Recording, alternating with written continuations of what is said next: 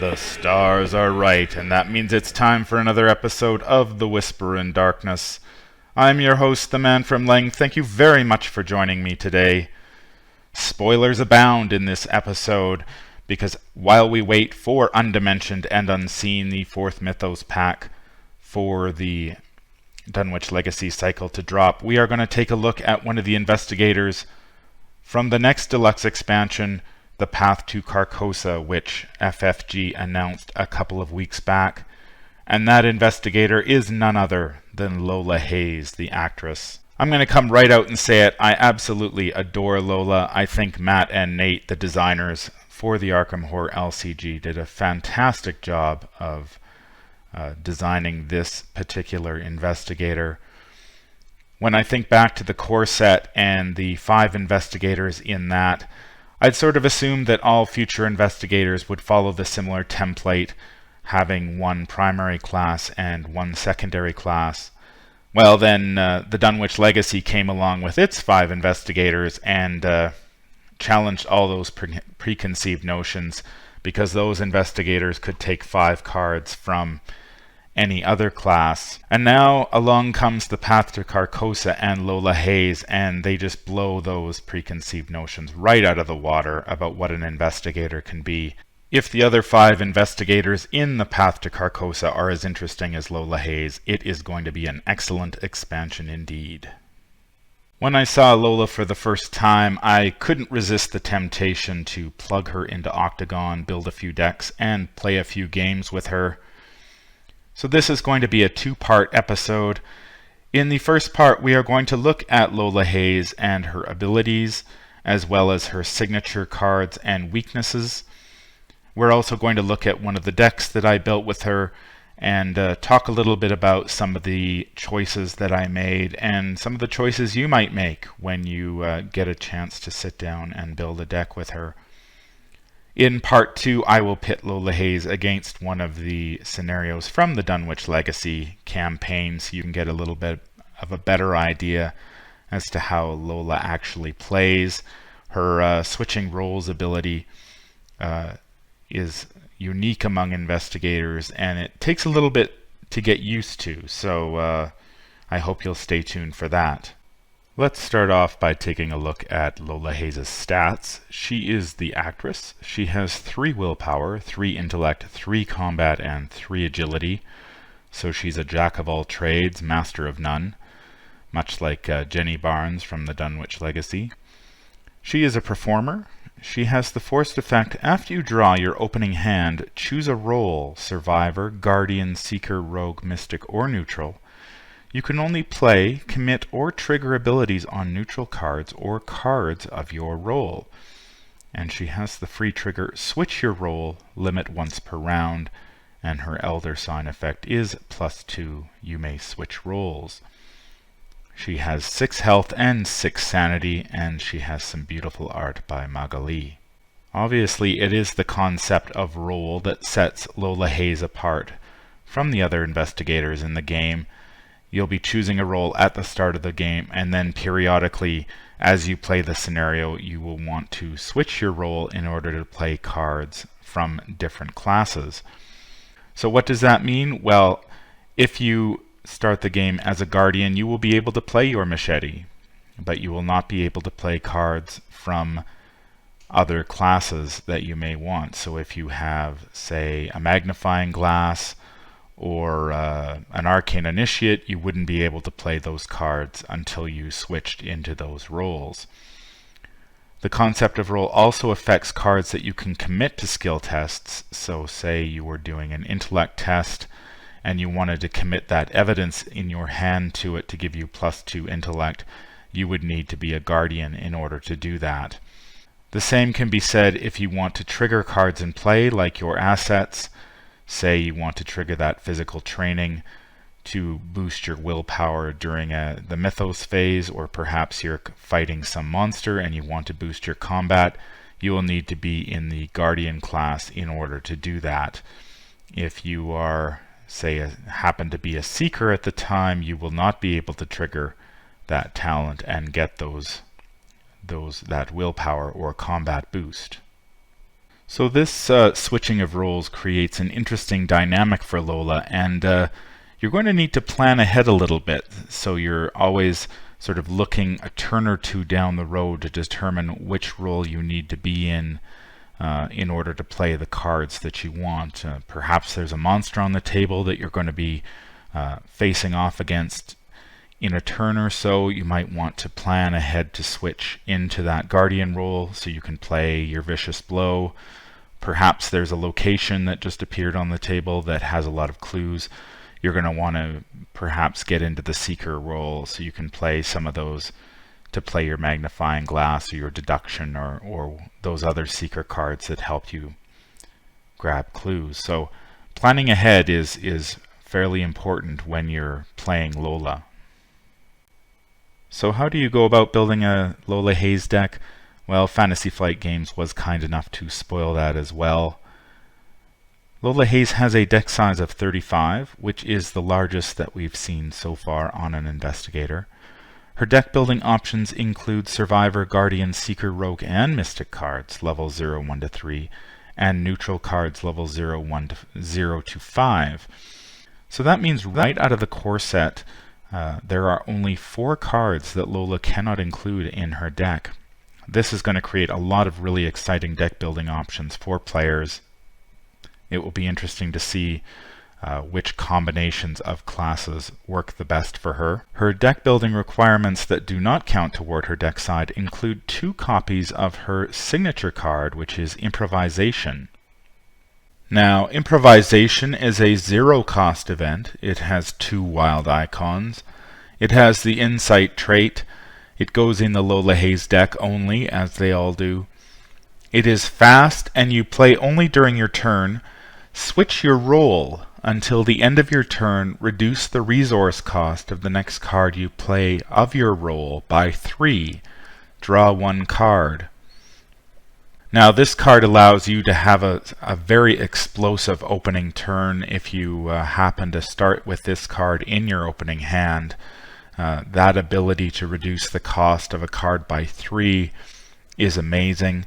If you've got a machete in your hand, suddenly it's played for free. If you've got a card like Leo DeLuca, he's coming down for 3 instead of 6 and you're getting an extra action. If you don't happen to start the game with this card in your hand, it still comes in extremely handy.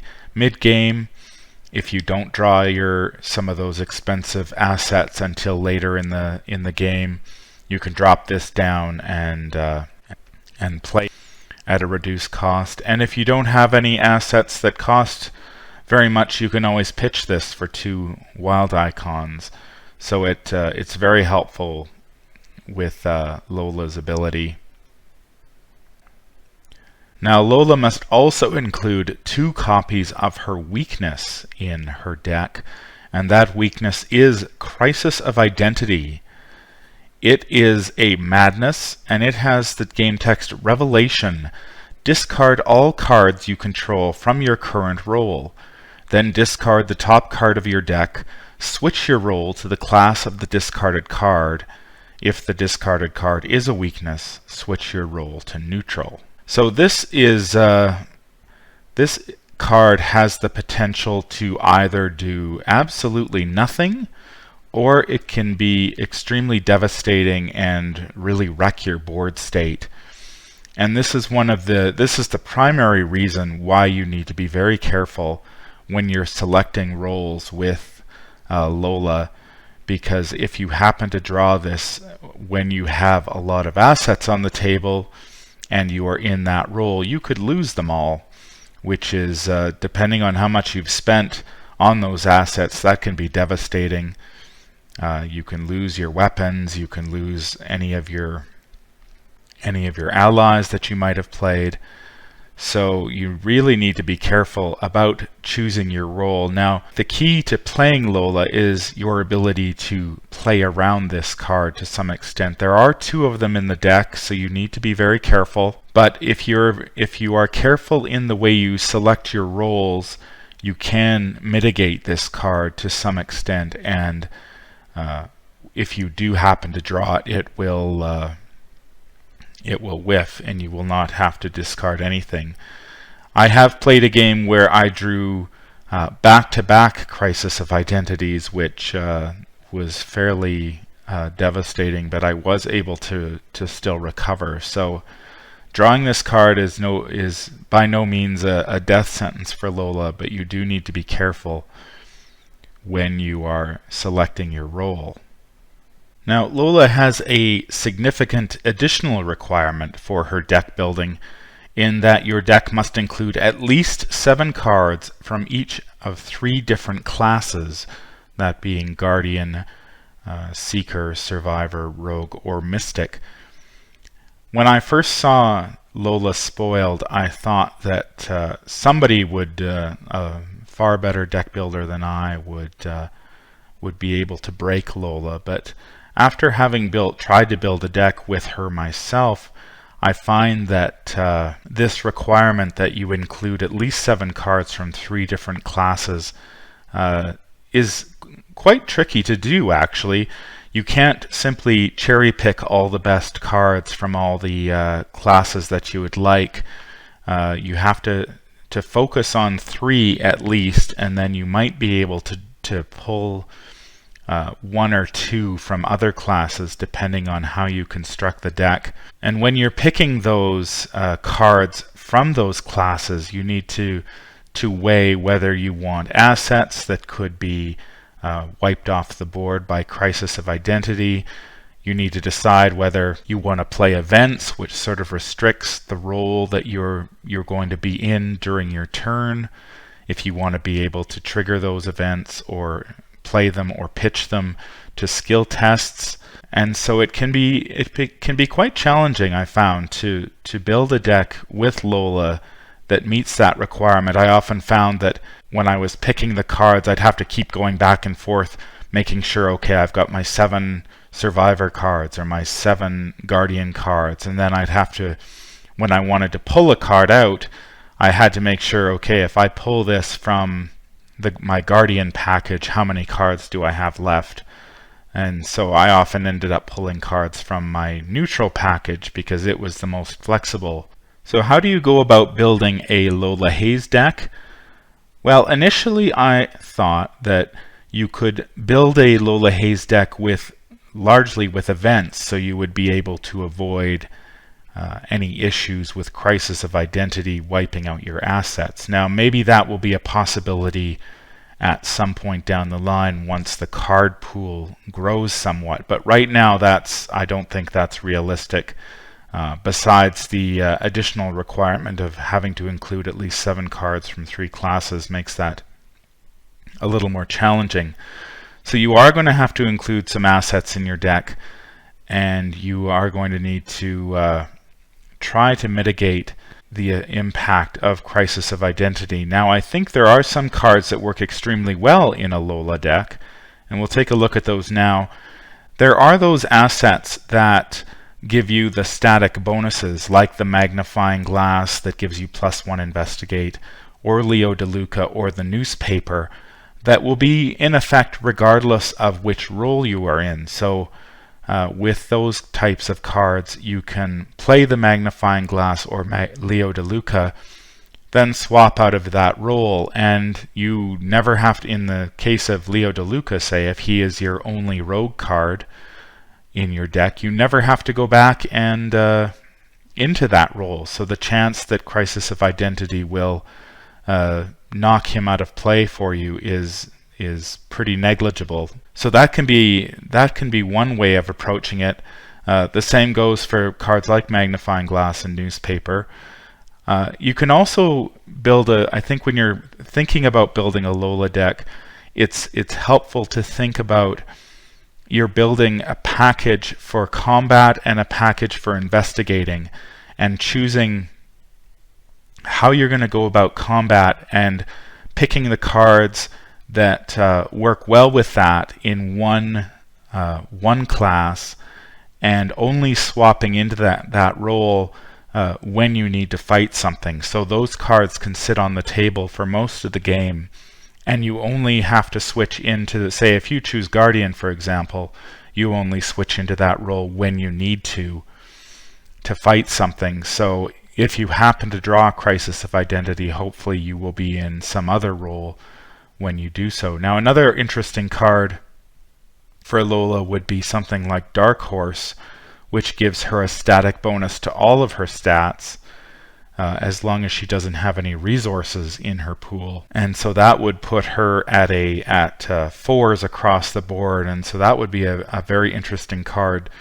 to work into a Lola deck. Say if you were playing a Survivor package where you could simply drop your Survivor cards, then swap out of Survivor into another role, so you wouldn't have to worry about Crisis of Identity so much. Now, one thing I will be looking for in future cards that are released in upcoming expansions, as well as the Path to Carcosa box, will be a nice neutral weapon for Lola. She could really use one because Knife isn't a particularly good card, and I'm not a big fan with Kukri, although if you include a card like Leo DeLuca in your deck, you can use Kukri a little bit more effectively, and that the cost of spending an additional action to deal the +1 damage isn't so debilitating. So it'll be interesting to see whether we do get a nice neutral weapon that Lola can include in her deck, or whether she's going to have to rely on a weapon from the classes. As I mentioned at the beginning, I've had a chance to build a few decks with Lola and play a couple games, and I wanted to share the deck that I've come up with.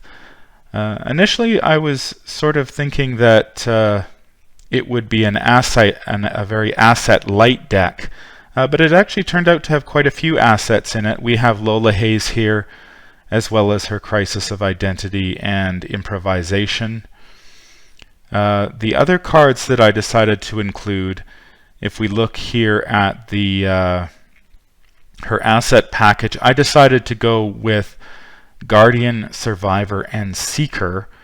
I included a lot of those cards that provide static boosts, and I decided to go with the Guardian class for her combat, and then so I would play my Guardian cards onto the table and then switch out of the Guardian role and sort of wait until I had to fight, and then I would switch back into that role.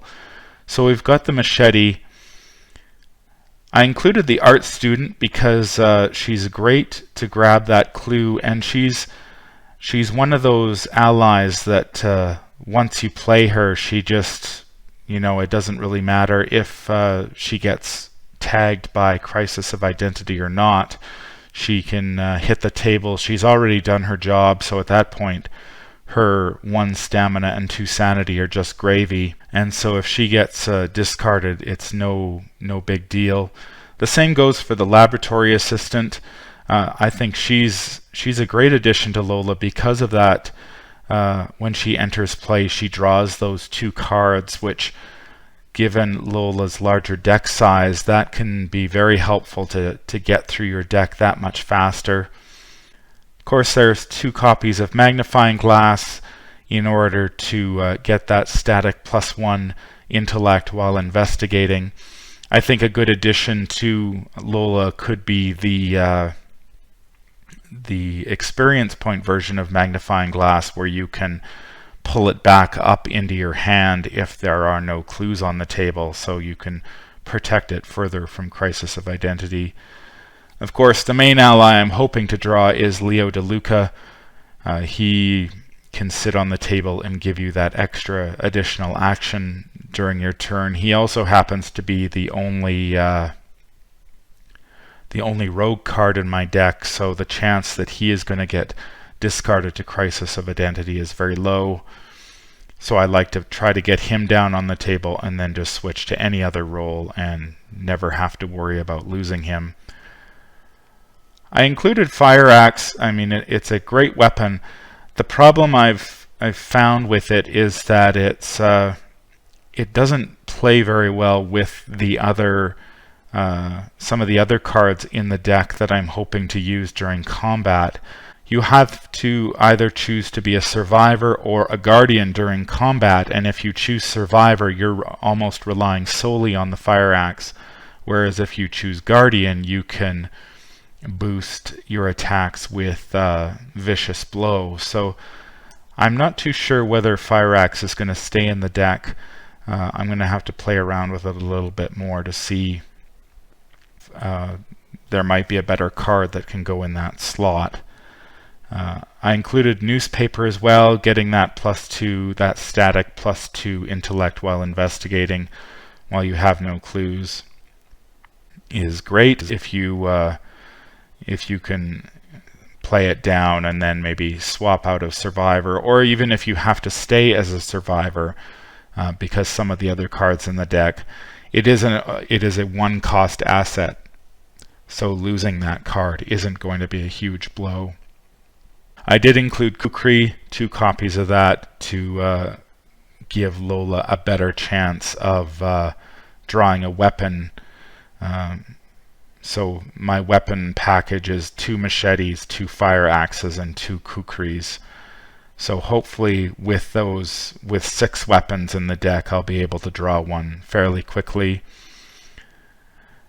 I included a copy of Dodge as well as Emergency Aid. Those cards might change. Dodge is obviously good if you end up without a weapon and you need something for a combat. Emergency Aid enables you to heal some damage. I'm not too sure about this card though, because the icons on it, it gives you an intellect and an agility icon, and typically I don't really want to be using, in the guardian role if I'm not fighting. So I can't really pitch this card to investigate tests if I'm not in the guardian role. I included one copy of Prepared for the Worst to search the top 9 cards in my deck for a weapon asset. Being able to play this with the larger deck size, you're able to grab yourself one of the weapons, and that can be extremely helpful. I included 2 copies of Preposterous Sketches, again with Lola's larger deck size. Being able to draw those 3 cards can come in extremely handy, and enables you to get through your deck that much quicker.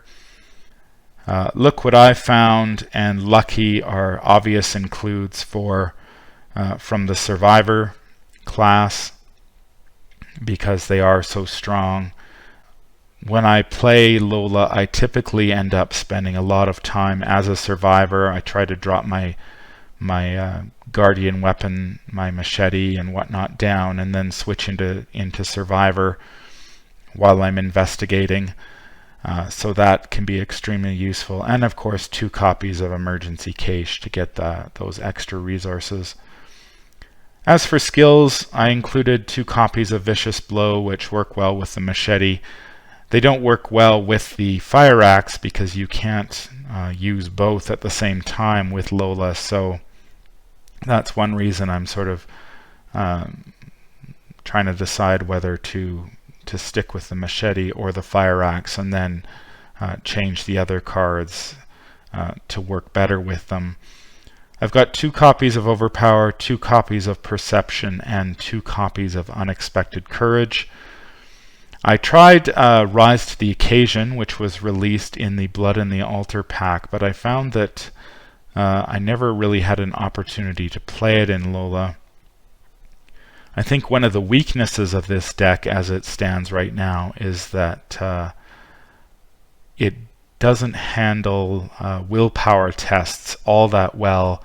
I need to find a way of jamming a couple copies of Guts in there, and I'm not too sure what to cut in order to do that. So maybe I need to drop an Overpower and a Perception and to get those 2 copies of Guts in there to boost Lola's willpower, because as it stands I only have a couple of cards that give her that I can pitch to willpower tests in order to give her a fighting chance there. So I think one of the obvious includes in Lola, once you gain a few experience points, you're going to be definitely looking at those permanent talents. Lola can take any of them because they are 3 experience, and she can include cards from any class that are 3 experience. Personally, I'm thinking higher education would be a great include in Lola, but depending on your build, you could go for any of the others as well. So that's going to wrap up my look at Lola Hayes. I think she's an incredibly interesting investigator, and I'm really looking forward to when she comes out. Her ability is just so unique in Arkham Horror right now that it's going to create a lot of interesting deck building options, and playing her is a blast. It really makes you think about what role you're going to be, and you need to be careful how you time that switching of roles so you can be in the right role at the right time, and also try to mitigate any of your assets disappearing from Crisis of Identity. If you're interested in seeing how Lola plays, join me over in part 2, where I'm going to take Lola up against one of the scenarios from the Dunwich Legacy cycle, so you can get a little bit of better idea of how she plays. One thing I am hoping is that when the Path to Carcosa box is released, that it includes some sort of dial for Lola that you can set to remind yourself of which role you're currently in, because I found that when I've played her, that sometimes if you don't switch your role for several turns, it's easy to forget which role you happen to be in. Or on the other hand, if you switch your role a lot, multiple times in a turn, it can be easy to forget which role you started, which role you're currently in. So I'm hoping they include some sort of dial, because that would be very helpful just to remind yourself, okay, I did switch to Guardian or Survivor, and so you're able to stick with that role. Sometimes if you happen to play Improvisation and switch to a role, and then Crisis of Identity, and you get busy doing other things, it can be tricky to remember. That's going to do it for me today. If you enjoyed this video, I'd appreciate it if you could leave me a thumbs up. What kind of cards are you going to be playing in Lola when she's released? I'd love to hear about it. Leave me a comment down below. Make sure you hit that subscribe button to be notified when I release future content. If you'd like to drop me a line, I can be reached at manfromlang@gmail.com. I'm also on Twitter at manfromlang. Until the stars are right, keep your shotgun close and your elder sign closer. Take care out there, and happy investigating.